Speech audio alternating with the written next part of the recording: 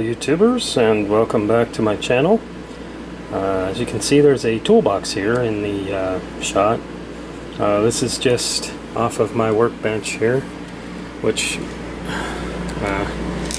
be easy on me. I know it's dirty. I have a lot of projects going on, including N-scale trailers and all kinds of stuff. But this is my project box where my ideas start to come together, and I start collecting all the stuff that I need for various different projects. I know most of these are semi-trucks and trailers, but the other drawers are different things, such as bi-level cars, and this is going to be an N-scale CF7 for the LAJ, and that's going to be a B&N caboose. So some of that's for different eras. I got some trailer stuff down here. I got a lot more stuff to put in there, but I don't have it in there yet. A lot of N-scale engines. There are projects going on. There's about, I don't know, 5 or 6 engines in there. And then some locomotives and stuff like that in the bottom. So this video is about the starting of one of my semi-truck projects.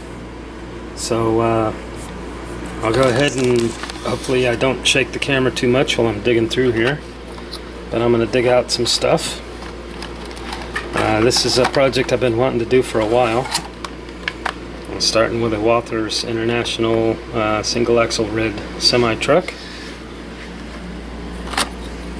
And an A-line tall air dam. I know it's for a cab over, but I'm going to modify it. And we come back down to the box. You can see there's multiple projects. A CF diesel I'm going to modify. Cut the cab short like I did the N-scale one, but I'll do it in an HO. Old Leetown LNT. That's my phone. Couple more LNTs, one for Santa Fe, one plain white, and a couple of Lone Star models, but we're not going to go through all this. I'm going to get out a couple of Rail Power Pilots smooth side trailers, and here's what the truck is going to be. An Oak Harbor Freight Lines truck, doubles. Alright, so let's go ahead and get along with this build. The first thing I want to do is point out what I've got here. I've got my Walthers Scenemaster / Bully truck.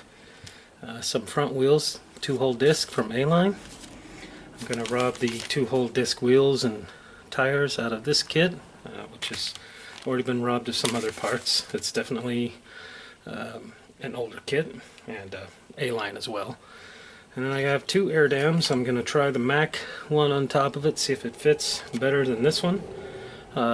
This is for a cab over, but the air dams on the prototype of the Oak Harbor freight trucks are really tall, so I'm going to fit them and see which one works best. So the first thing I got to do is open this. Okay, so the truck is open, and now I want to look at it and see what it would take to take this thing apart, because I'm going to have to do some decaling and dull coat spray, and I don't want to mess up the windows. So it's got a little Phillips screw there on the bottom and the front. On the back it's just a little metal hook that goes right behind the bottom of the cab. So I'll go ahead and take that apart. Okay, so after using my little screwdriver and unscrewing that screw, it pops off pretty easy. Right now I'm seeing all kinds of parts and pieces that I may need to pay attention to later in case I have to custom paint anything. The first thing I'm seeing is the fuel tanks. We'll have to look at a prototype photo of the Oak Harbor freight truck and see what it looks like. The windows, pretty easy to pop out. You just stick something on top of them and pry a little bit and it should pop right out. This one's a little tough, but it's coming out. And I really want to take out the windows before I do any dull coating and decal bonder spray, because I just don't want it to get on the windows. Matching the paint color to the cab is going to be a little difficult. I'm going to rattle can the air dams to try and fit. Actually, I think the Mac one fits pretty darn good. It'll need to be modified a little bit.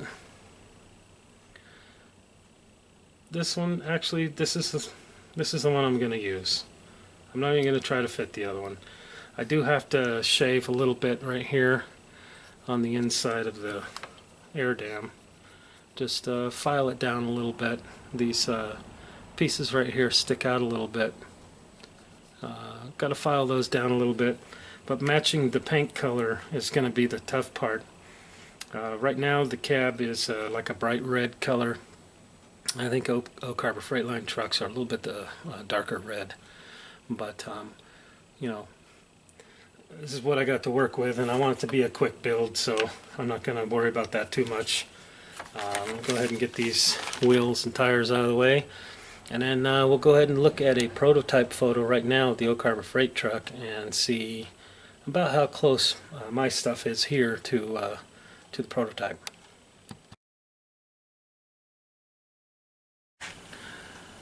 So as you can see in the photos, the wheels are, well, at least the rims are like a darker primer gray, and the cabs themselves are actually kind of a darker red than the bright red that is on the Bully truck. That's not really a big deal.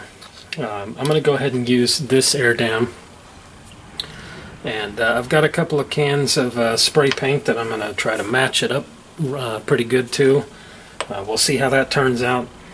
I'll also dull coat the model together with Tester's dull coat spray lacquer and try to blend the two colors together. Also, the decal bonder spray will be used to hold the stickers on. They are not decals, they are stickers. The heck's the name of the company? Graphics on Demand. They make a pretty good product. They make a lot of different stickers. They're not decals. They call them decals on Facebook, and I've asked them, oh, did you switch from stickers to decals? And they kind of dance around the question. Oh, well, it's a really thin decal labeled stickers is what they call them. And a sticker is a sticker. It's not the same as a decal. So Chris Williams, if you're watching this, over there at Switchline Decals, some Oak Harbor Freight Lines decals would be great in HO and N scale. But nevertheless, let's move this junk out of the way. Try to make a little bit more room. I do have a, right here out of view of the camera, I'll show you. There is a photo there of a Oak Harbor Freight truck. So I'm not just going off of memory. I do have a photo there of one. I also have one I'm building at N scale here too. If I can pick that up and show it to you. So I am building one in N scale as well. Oops. And I have the decals to it here, which I got from a good friend. His name is Stephen Johnson. He has a YouTube channel. You should check him out. He's into N scale railroading and semi-trucks, and he is a very talented guy. Very nice guy too. So while I was sitting here modeling, I got a knock on my shop door. My mail lady showed up. Sometimes she does show up to the shop when she sees the lights on and everything, and delivered a couple of packages. I got a Showcase Miniatures propane truck. This will be for Sun Gas on the CSX layout. I got 3 packs of Showcase Miniatures, cross arm, telephone pole cross arms, and what do you call those? Transformers. And then I got a nice LBF 60-foot high cube boxcar in Union Pacific. It's already got microtrains, couplers, and wheels on it, so it's pretty much ready to weather and put on the layout. This will go on the CSX layout as well. So anyway, back to the truck. It seems like a pretty easy and straightforward truck. The only thing I'm really going to do to the cab is add the decals, stickers to the doors, and actually, did this even come with stickers? Yeah, it came with stickers for the door. I'll go ahead and peel one off and try and center it on there right now and see how it looks. Start with the passenger side in case I mess it up.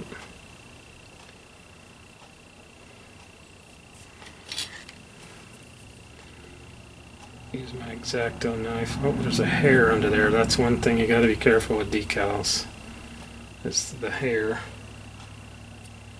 Little pieces of hair get under there, it'll ruin it. Okay, so I got the sticker on the driver door, right, or the passenger door, excuse me. It's probably darn near impossible to see or read, especially while it's still shiny. But I can actually read it.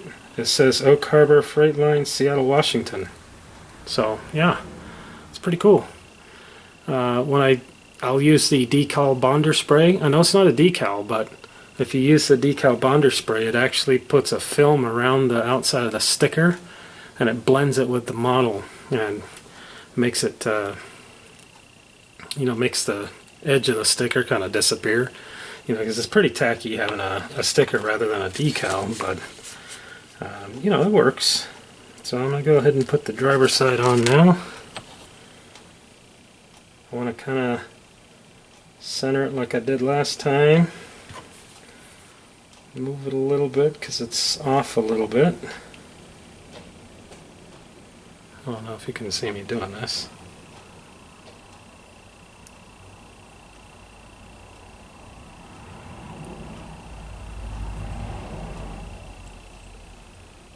Just using my X-Acto knife to get under the edge of the sticker. Oops. Because I want to put it on as straight as possible before I press it all the way down on there.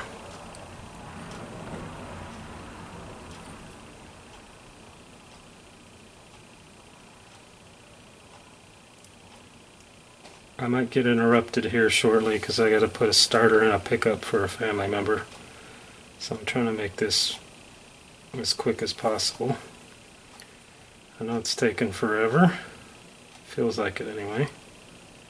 Oh, that's not straight.